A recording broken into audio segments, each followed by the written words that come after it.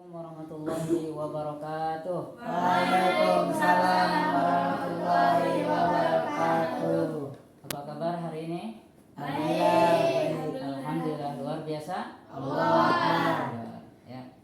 Alhamdulillah pada hari ini saya akan mencoba membawakan sebuah metode pembelajaran, namanya metode listening team. Ya. Listening team adalah sebuah metode pembelajaran agar siswa atau peserta didik menjadi lebih fokus. Nah, kemudian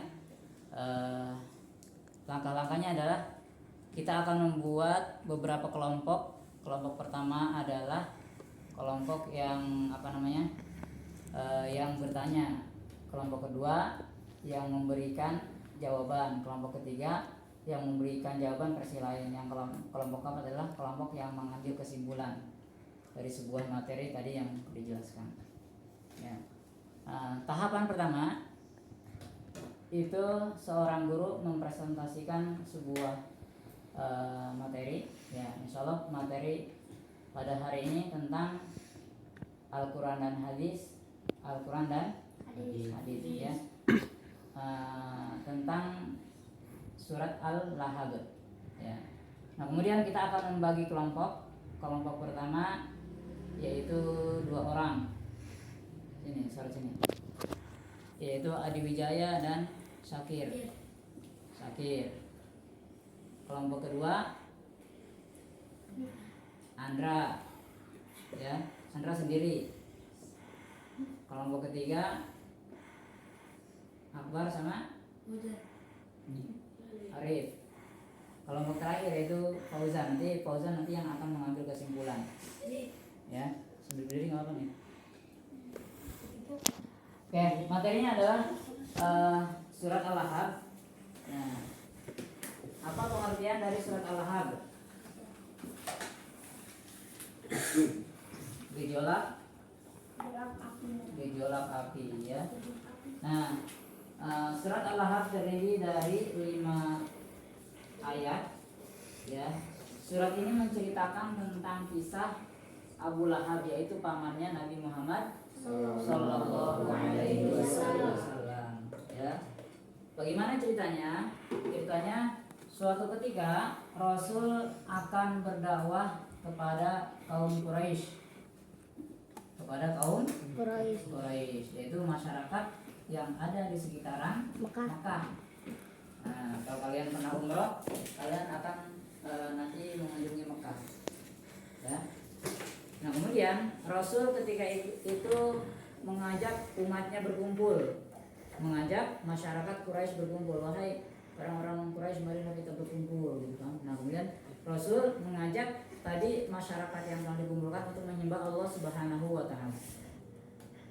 Nah, kemudian mengesahkan kepada Allah seperti surat Al-Ikhlas, Qul huwallahu ahad.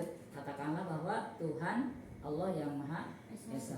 Ya, tidak ada selain Tuhan yang wajib disembah kecuali Allah Subhanahu wa taala. Ya, padahal pada saat itu masyarakat Quraisy banyak menyembah tuhan-tuhan seperti patung. Patungnya banyak di sekitaran Mekah itu. Ka'bah dulu patungnya ada banyak, lebih daripada 300. Ya, 300 patung ketika itu.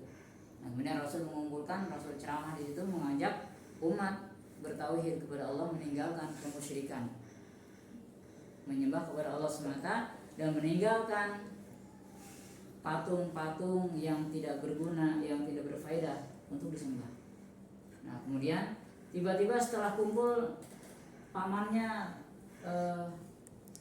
datang, namanya Abu Lahab, paman itu, mamang, ya, om. Nah, dia. Nah, kemudian apa kata Abu Lahab? Taban laka ya Muhammad, gitu kan. Celakalah engkau wahai Muhammad, hanya karena ini engkau mengumpulkan kami, gitu kata Abu Lahab. Kamu mengumpulkan ini hanya untuk ini suatu hal yang gila, gitu kan. Nah, kemudian ketika itu turunlah surat Al-Lahab kepada Nabi Muhammad yang berbunyi Tabbat yada abi lahab wa tab. Nah, celakalah kedua tangan Abu Lahab. Ya. Ma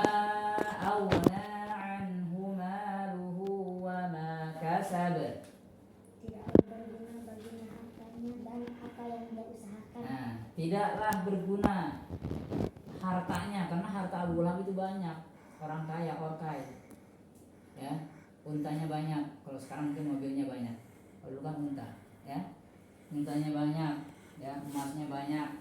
Nah, apa yang tidak bermanfaat, yaitu harta-harta yang telah dia usahakan, kerja, ya, berkebun.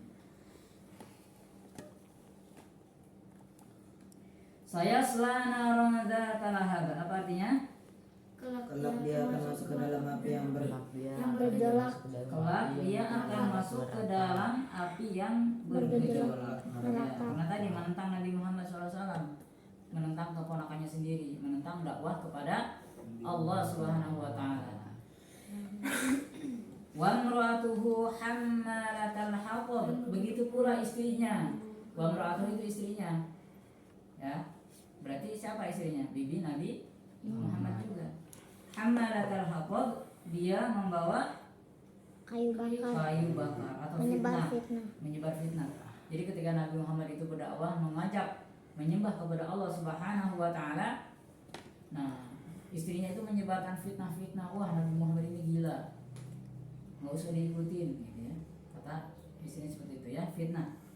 Fi jidha hablum min masad. Di lehernya ada tali dari sabut yang dipintal, ya. Nah, inilah sedikit penyebab turunnya surat Al-Ahzab adalah ketika Nabi Muhammad berdakwah, mengajak beriman kepada Allah Subhanahu wa taala, ditentang oleh pamannya sendiri dan istrinya. Maka karena penentangan tersebut, maka Abu Lahab dijadikan oleh Allah Subhanahu wa taala orang yang tersesat, dan dia kelak akan masuk neraka. Nauzubillah. Nah, begitulah kisah surat Al-Ahzab, ya.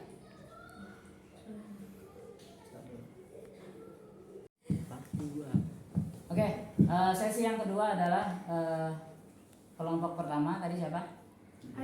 Adi sama Syakir, itu memberikan pertanyaan terkait dengan materi. Nah, nanti siap-siap kelompok 2 akan memberikan jawaban, kelompok ketiga akan memberikan jawaban, dan kelompok terakhir akan memberikan kesimpulan terhadap materi yang kita laksanakan pada hari ini. Silakan, ada pertanyaan untuk kelompok 1. Nah, ini kelompok yang lain harus disimak, ya, harus diberikan jawaban. Ya, pertanyaan.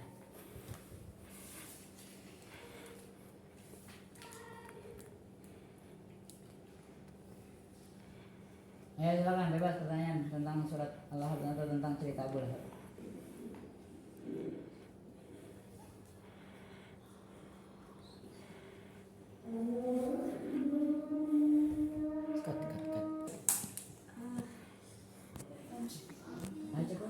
Silakan, satu pertanyaan.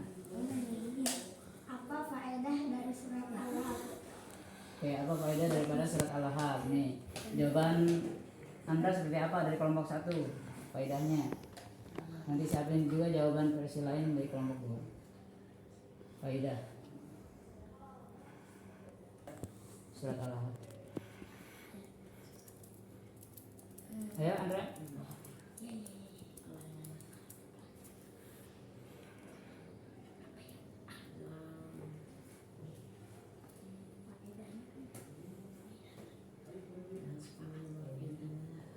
Yang suka menyebar fitnah. Oke, jawaban lain silakan.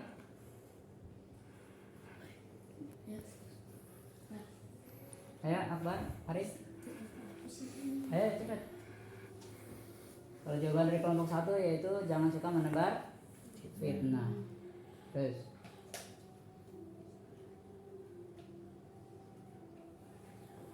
apa, Arif? Coba Arif juga apa? Istrinya membawa kayu bakar. Ya, artinya membantu dalam keburukan, membantu mengobarkan api fitnahnya. Gitu, maksudnya seperti itu, membawa kayu bakar, ya. Oke, silakan kesimpulan.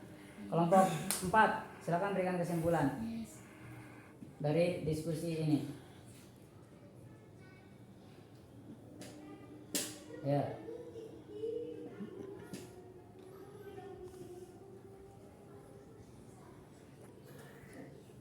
Ayo kesimpulan.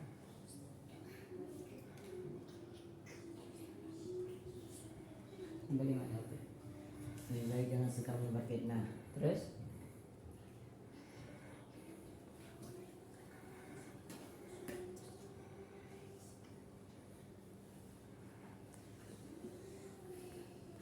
terus Apa sih? nah udah segitu, jangan suka menebar fitnah ya. Jadi oke.